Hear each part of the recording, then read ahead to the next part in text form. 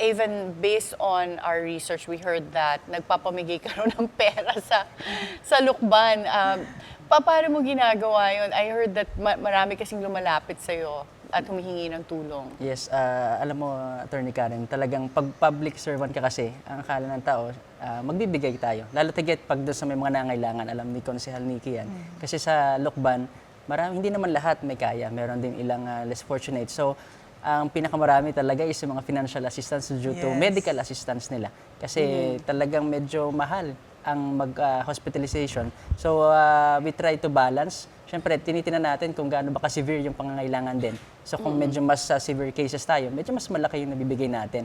Pero pag alam naman natin na parang minsan paulit-ulit yung bumabalik or parang nagiging habitual na sa tao. So, magbibigay tayo pero not that high much. So, siguro yung limitations din natin sa pagbibigay, bagamat busilak to sa puso natin, mas maganda din is nabibigyan din natin sila ng tulong as well as yung after that, meron kaming binibigay mga livelihoods. But where do you get the money to give them? Personal funds mo ba yan? Yes po, personal funds. So, sabi nga, sumasweldo kami pero halos yung sweldo doon lang napupunta doon sa pagbibigay namin. Sorry if I may ask, magkano ba ang sweldo ngayon ng counselor? Salary grade 24? Salary grade 24. So roughly how much do you get net per month?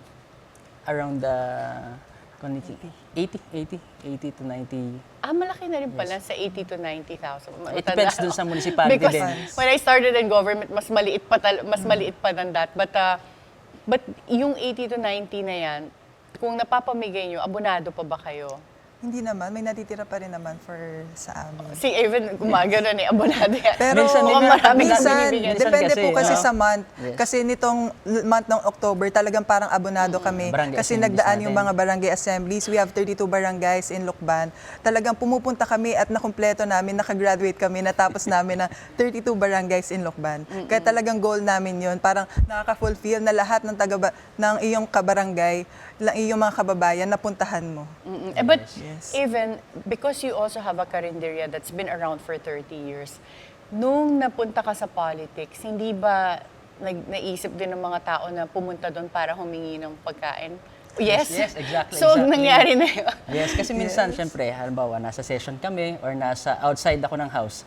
Syempre, may pupunta sa bahay kasi alam na doon ako nakatira, where I reside. Then, syempre, hahanapin at ang lungkot naman kung aalis yung isang tao na walang nakuha or something. So minsan, yung mapakain mo sila doon sa restaurant, na makatawid sila ng isang kain, dalawang kain, or kasi kasama yung family, siguro malaking tulong na sa kanila yun. Pero hindi mo naman, for the full extent, napakainin mo sila hanggang gabi. So bibigyan mo sila ng a meal for a day. Masaya mo sila doon. And okay lang sa parents mo yan? Na Yes, supportive naman sila na naintindihan naman nila. Pero minsan, binabayaran ko din yung, syempre business so, is business eh. Sweldo mo. Yeah, yes, syempre business is business. So, pag may, sabihin ko, ipalista na lang, and then pag uwi ko, babayaran ko din naman.